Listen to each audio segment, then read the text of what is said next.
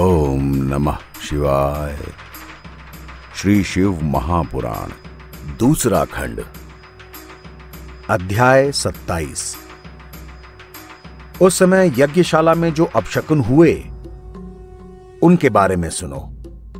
आकाश से पिसी हुई हड्डियों की बारिश होने लगी और ऐसी आश्चर्यजनक बातें दिखाई देने लगीं जिनके कारण कर्म और धर्म का विचार शेष ही न रहा। डर के मारे सभी लोगों के मुख से कोई शब्द नहीं निकल रहा था। सबके शरीर थर थर कांप रहे थे। उस समय यज्ञ करने वाले दक्ष प्रजापति और यज्ञ कराने वाले भृगु ऋषि की आंखें उत्तर दिशा की ओर उठ गईं, तो उन्होंने देखा कि उधर से भारी धूल उड़ने का कारण क्या है, लेकिन कोई बात ठीक से उनकी समझ में नहीं आई। सभा में उपस्थित सभी लोग आश्चर्य से भरकर एक दूसरे से अनेक तरह की बातें करने लगे। उस समय दक्ष की पत्नी वीरनी ने सब लोगों को संबोधित करते हुए कहा, हे सभासदों, तुमने मूर्ख बनकर सती का अनादर किया और उन्हें भस्म होने से भी नहीं रोका। दक्ष प्रजापति ने शिवजी का घोर अपमान किया और सती की बहनों के सामने ही सती का तिरस्कार भी किया। यह सब उपद्रव उसी के प्रतिफल है। शिवजी का शत्रु कभी भी आनंद से नहीं रह पाता। वह कुछ समय के लिए शायद अपने मन को प्रसन्न कर ले, लेकिन अंत में उसे नरकगामी होना ही पड़ता है। इसलिए तुम लोगों को अपने किए हुए पापों का फल अवश्य मिलेगा। वीरनी के इन शब्दों को सुनकर सभी देवता और मुनि बहुत डर गए। दक्ष भी भयभीत होकर विष्णु जी के पास जा पहुंचा और उनसे प्रार्थना की, हे विष्णु, आप यज्ञ रूप, यज्ञ रक्षक और यज्ञ के कर्म स्वरूप हैं। आपका कार्य भक्तों की रक्षा करना है, इसलिए आप मुझे इस भय से छुड़ाइए और अपनी कृपा करके यज्ञ को नष्ट होने से बचाइए। आप सच्चे स्वामी हैं।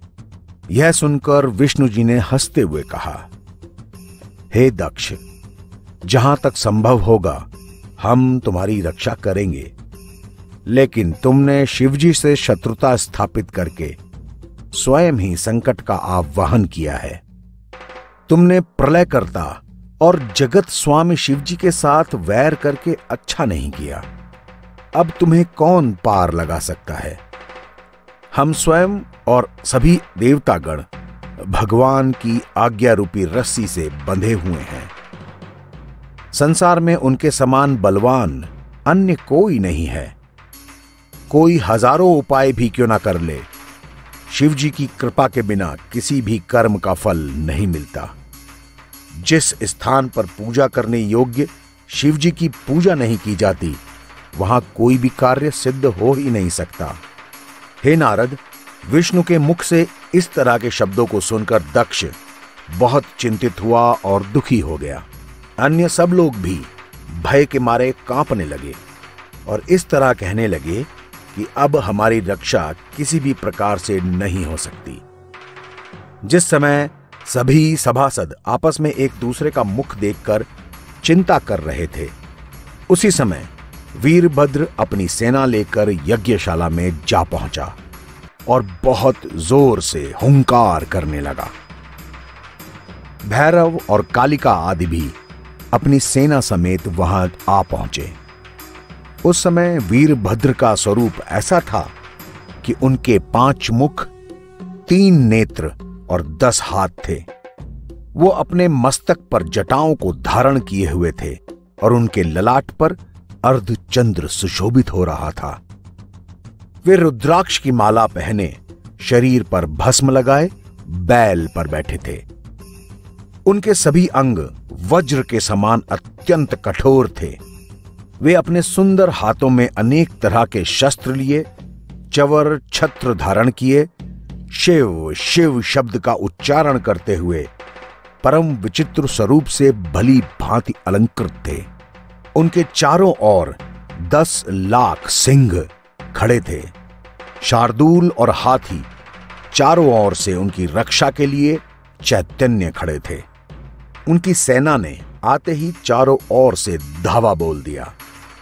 अनेक प्रकार के युद्ध के बाजे, भेरी, शंख, पटह, गोमुख, श्रृंग, उपंग, मृदंग आदि बजने लगे। उस समय इंद्र, वायु, यमराज, कुबेर, वरुण, अग्नि और दिक्पाल अपने अपने वाहनों पर सवार होकर दक्ष के सम्मुख जा पहुंचे। दक्ष ने उन सब से कहा, हे दिक्पालों, मैंने इस यज्ञ को केवल तुम्हारे ही बल पर किया था, इसलिए तुम सब मेरी रक्षा और सहायता करो। इस तरह सब देवताओं से कहने के बाद दक्ष प्रजापति ने विष्णु जी के चरणों पर अपने मस्तक को रख दिया और प्रार्थना की, हे प्रभु, आप संसार के रक्षक और शुभ कर्मों के साक्षी हैं। आपकी कृपा से संसार का पालन होता है, इसलिए आप मेरे यज्ञ की रक्षा कीजिए।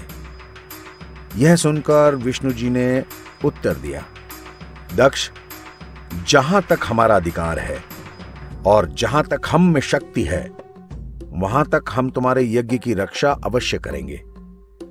लेकिन तुम्हारे कर्मों का स्मरण करके हमारी बुद्धि को आश्चर्य होता है।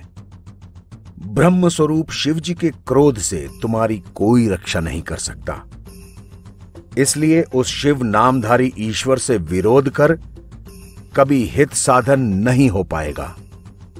वे शिव जी तीनों गुणों से युक्त होने पर भी परम पवित्र हैं। इसलिए उचित तो यही है कि तुम उन्हीं शिव जी की शरण में जाओ, जिससे तुम्हारा यह यज्ञ भी संपन्न हो सके और तुम्हारी रक्षा भी हो सके।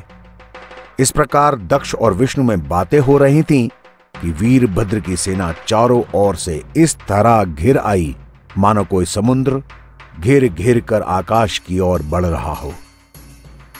उस सेना के सेनापतियों ने दक्ष और विष्णु जी को ब्रह्म ज्ञान और ज्ञान की बातें करते हुए सुना तो वो सब हंस पड़े। उस समय गणों को युद्ध करने के लिए उद्यत देखकर इंद्र ने अपना वज्र उठा लिया और यह इच्छा की कि मैं शिवगणों से युद्ध करूंगा। इंद्र युद्ध करने के लिए सामने आए। शिव जी के गण हर हर का घोष करते हुए उनके सामने जा पहुंचे।